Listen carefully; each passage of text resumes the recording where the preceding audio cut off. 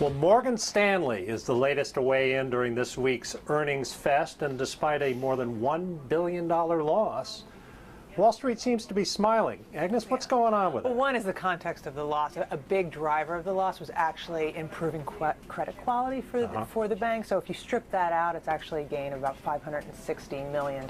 So it's a pretty strong quarter for the bank. I mean, their fixed income trading did very well.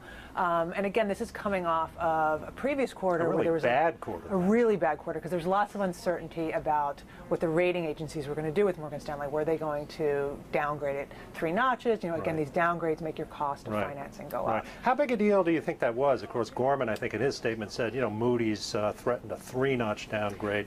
That really sent people away. Now they're coming back. Now they're coming because, again, it was only a 2-notch, and that's why I think you saw it in the fixed income trading as well. And the credit spreads as well have just narrowed. I think they're below 200 basis points now.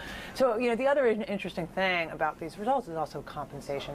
Gorman has been very vocal about, you know, something needs to change about compensation. But Morgan Stanley's comp as a percentage of revenue is still at 45%, right? That puts it kind of on par with Goldman Sachs. And Chris, you weigh in on this too. I mean, what do you think the strategy here is? Is that a big part of it, the compensation?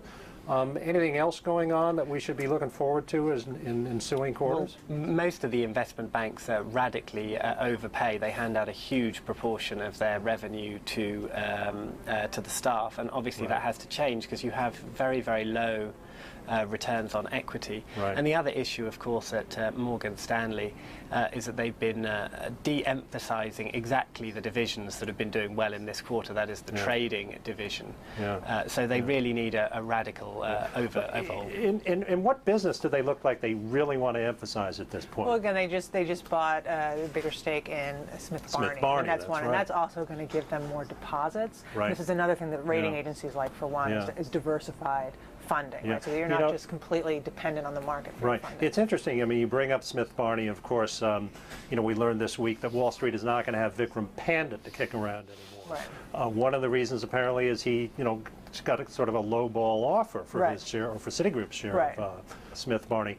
You know, he's gone. A lot of these guys who steered the banks through the crisis are gone.